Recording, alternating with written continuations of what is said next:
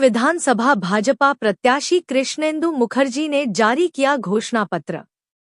भाजपा प्रत्याशी कृष्णेंदु मुखर्जी ने आसनसोल उत्तर विधानसभा के लोगों से विकास करने का किया वादा और साथ ही हेल्पलाइन नंबर भी किया जारी।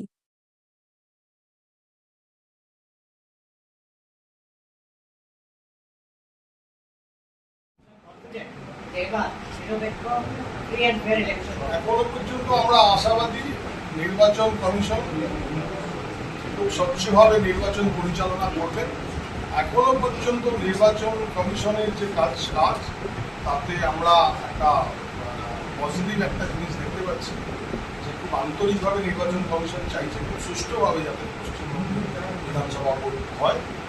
এবং আমি আশা করি আগামী দিনেও ভোট যতক্ষণ না চালেও কেউ বিশ্বাস করা যায় না। এখন নির্বাচনের দিন পোল ডেতে নির্বাচন কমিশনের কি ভূমিকা থাকে সেটা একবার বিষয় আছে। এখানে তো অনেক কিছু ব্যাপার আছে, অনেক কিছু হয়।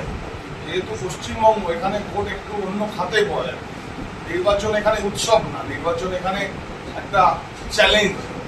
অন্যান্য রাজ্যে দেখেছি নির্বাচন একটা উৎসব, পশ্চিমবঙ্গে নির্বাচন উৎসব না। যে পরিস্থিতি 34 বছর আর 15 বছরে হয়েছে, এই নির্বাচন আর হানাহানি একটা রক্তারক্তির জায়গায় আছে, এটা যুদ্ধ কুরুক্ষেত্র। যাই হোক, ওই দিনটা না পার হওয়া পর্যন্ত আমরা সঠিকভাবে বলতে পারবো না নির্বাচন কমিশন কতটা সাকসেস বা কতটা কন্ট্রোল করতে পারবে। আর একটা কথা, এই যে এটা প্রথম প্রশ্ন আপনি করেছিলেন যে বিজেপি কমপ্লেন বলেন বারবার তৃণমূল গুন্ডা এই দুর্বৃত্তায়ন করে বা তাদের ফার্মারদের দিয়ে এই জিনিস ঘটায়। তো এটা তো ওটা পশ্চিমবঙ্গে একই অবস্থা। এটা তো আমি একা জানি, এটা সবাই, আপনারা নিজেরাও জানেন। এটা আপনারা কিভাবে ইলেকশন হয়, কর্পোরেশন ইলেকশন কিভাবে হয়েছে আপনারা জানেন। তো আপনাদের সামনেই হয়েছে, আপনারাই তো কভার করেছেন। অনেক জায়গায় আপনারা তাদের ওই ঝামেলার মধ্যেও পড়ে গেছে, তাতেও ক্ষতিগ্রস্ত হয়েছেন আপনারা জানেন। আমাকে নতুন করে বলবার কিছু নেই। পশ্চিমবঙ্গে নির্বাচন কিভাবে হয় আপনারা সবাই জানেন, সাধারণ মানুষের নির্বাচন কিভাবে হয়। আবার বলছি যে দুর্বৃত্তায়ন ওরা করার চেষ্টা করছে, যে ক্রিমিনালাইজেশন, ক্রিমিনালদেরকে নিয়ে যেটা ওরা করছে, এই জিনিস ইলেকশন কমিশন শক্ত হাতে প্রতিহত করবে, এটা আমাদের আশা। আবার বলছি, না চালেও বিশ্বাস নেই শেষ দিন দৈনন্দিন যে প্রবলেম, কোথাও জল, কোথাও লাইট, কোথাও রাস্তা, আমরা অ্যাপ্রোচ করবো আমাদের প্রপার জায়গায়।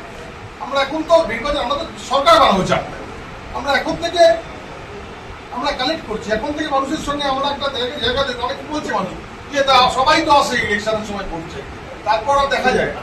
মানুষের কাছে আস্থার জায়গা তৈরি করছে যে এই নাম্বার রইল, এই হোয়াটসঅ্যাপ রইল, আপনারা যোগাযোগ করুন, আমাদের সঙ্গে যোগাযোগ করুন, এটা আপনাদের যোগাযোগের মাধ্যম।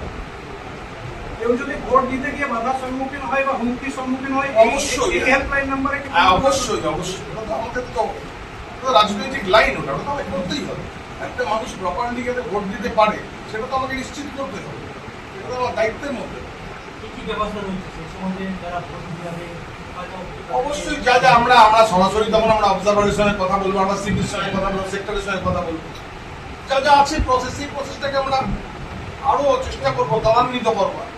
ভবিষ্যতে কি আরো এই হেল্পলাইনের সাথে আরো কোনো হেল্পলাইন ঘোষণা করবেন? এখনো পর্যন্ত যেটা হলো এই অবধি, পরবর্তী যেটা আবার আমাদের কাছে আমরা চিন্তা করবো, আমরা নামাবো, সেটা আপনাদেরকে যথাসময়ে জানিয়ে দেওয়া হবে। কারণ একবার হেল্পলাইনে ফোন করে অনেক সময় বিজি পাওয়া যায়, সেক্ষেত্রে সেই বিষয়ে কি দেখছেন? হোয়াটসঅ্যাপে লিখে দেবেন, যদি আপনি বিজি পাচ্ছেন, হতে পারে এক সময় 3-4টে ফোন আসছে, আপনি হোয়াটসঅ্যাপে লিখে দিলেন আপনার, আপনি যা বলতে চান। प्रत्येक बूथ पे